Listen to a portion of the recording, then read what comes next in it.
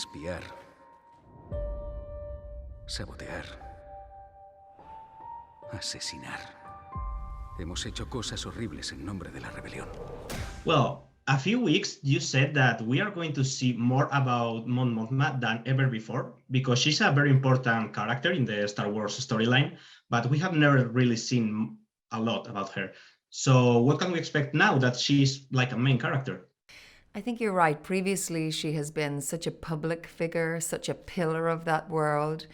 For the first time now, I think you get to see behind the scenes with Mon Mothma. You get to see what it takes, what the cost of that role is, how she has to wrestle.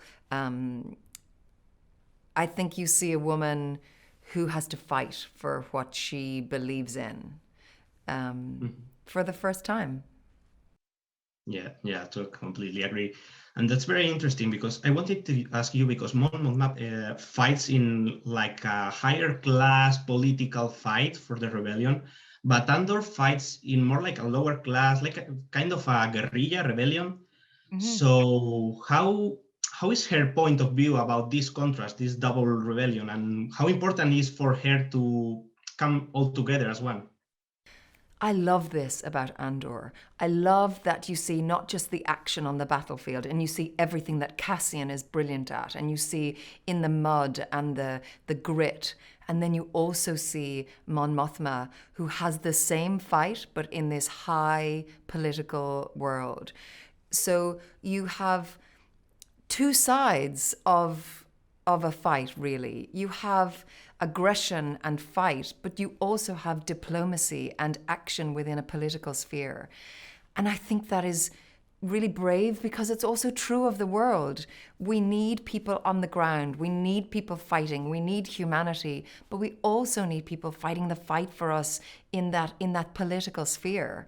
And so I think with Andor, what that gives is this great pull, this great tension, and it really adds to the suspense of the piece. Yeah, totally. And yeah, I had the same feeling while watching the first 4 episodes.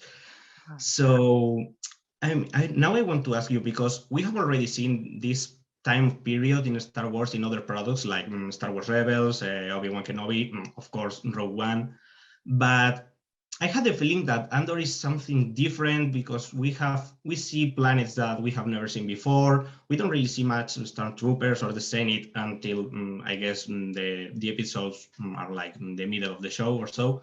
So how is this new perspective? I mean, how is different Andor from many other Star Wars films or TV shows? I feel that Andor really lives in the world of Rogue One, and we are. It's such a brave thing to set a television, a long-form narrative leading up to a story we already know. And I think the design and the feel of Andor is very much rooted in Rogue One. However, I think there's something unique and exciting about Andor, which is it feels like it exists within the Star Wars universe, but also like it exists all of its own. It is rooted in the ground through Cassian and through learning about Cassian's journey and the peoples of all those planets, like you just said. But also then later in the season, you come to Coruscant, you come to Mon Mothma, you come to what previously you might acknowledge as Star Wars. But then also seeing her political fight with his grounded fight, it becomes something new. It's like a whole new world of Star Wars. And I think it lives in more like a spy thriller or a suspense piece of storytelling rather than a specific genre. And I think it's because Tony Gilroy has written it at its heart about the people who are driving this narrative, the people, their own wrestle. And I think that's what I want to watch. And I hope you want to watch it too. Yeah, we will, because you described it perfectly. Okay, they are telling me that it's a wrap. So thank you very much. It's been a pleasure. So Hope lovely to to see meet Mon Mothma another time. I hope so too. La gente está rebelándose. Tienen miedo. Ahora mismo tienen miedo. ¡Andando! ¡Agarraos!